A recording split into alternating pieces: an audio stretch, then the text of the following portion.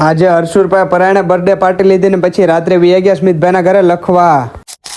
તો બધાને good morning, જય દ્વારકાધીશ. તમારું સ્વાગત છે આપણા મિની વ્લોગમાં. આઈટીએ જવા માટે તમારો ભાઈ બેગ નાખીને થઈ ગયો તો તૈયાર. પછી અમારા એરિયાના રામદેવ પીરના દર્શન કર્યા, નીકળી ગયા પગપાળા, મળી ગઈ રિક્ષા ને વી ગયા નદીમાં. ધવલને આવવામાં મોડું થાય એમ હતું એટલે આવી ગયા આપણે રીધી સીધી મહાદેવ મંદિરે દર્શન કરવાનું. તમે બી દર્શન કરી લ્યો. દર્શન કરીને નીકળો બહાર. ત્યાં તો અહીંયા હળગી ગયું હતું પણ કાંઈ નહીં ભાઈ, ફેક્ટરીનો ધુવાડો હતો. ફાઇનલ અડધી કલાકની રાહ જોયા પછી આપણો ધવલો આવી ગયો ને વી ગયા આઈટીએ. અહીંયા તો પ્રોજેક્ટર ચાલુ હતું. પડી ગઈ બ્રેક ને હર્ષુરભાઈને હેપી બર્થડે કહીજો, કારણ કે એનો બર્થડે હતો ને અમે બધા જો પાર્ટી લેવા માટે રસ્તામાં વાટે ઉભા હતા. પછી થોડી વાર ધડ કર્યા પછી હર્ષુરભાઈ ફાઇનલી સમોસા લઈ લીધા ને આ જો બધા હોવાની રીતે જમે છે. આઈટીએ લેબમાં આપણો પ્રોજેક્ટ પણ ચાલુ છે ને તમારે પ્રોજેક્ટ જોવો તો ફોલો કરી નાખજો. પછી પડી ગઈ રેજા ને આપણે આવી ગયા ઘરે ને બન્યા છે પાસ્તા ને મને લાગી હતી બહુ ભૂખ. જમીને પછી નીકળી ગયો પગપાળા સ્મિતભાઈના ઘરે જવા. અને ભાઈ અહીંથી તમે સનસેટ જોવો કેવો મસ્ત હતો. આપણે આવી ગયા સ્મિતભાઈના ઘરે ની આ કાંક લખે છે. પછી આવી ગયા સોમનાથ મહાદેવ દર્શન કરવા ને મેં તે બુકુલ ચોપડા લઈ આવ્યો, લખવાનું કરી દીધું ચાલુ ને હું ને સ્મિતભાઈ બે લખતા હતા. લોંગ વિડીયો જોવે તો નીચે આપેલી લિંક પર ટચ કરો. મોર મિની જોવા માટે લાઈક, સબસ્ક્રાઇબ, ફોલો કરવાનું ભૂલતા નહીં.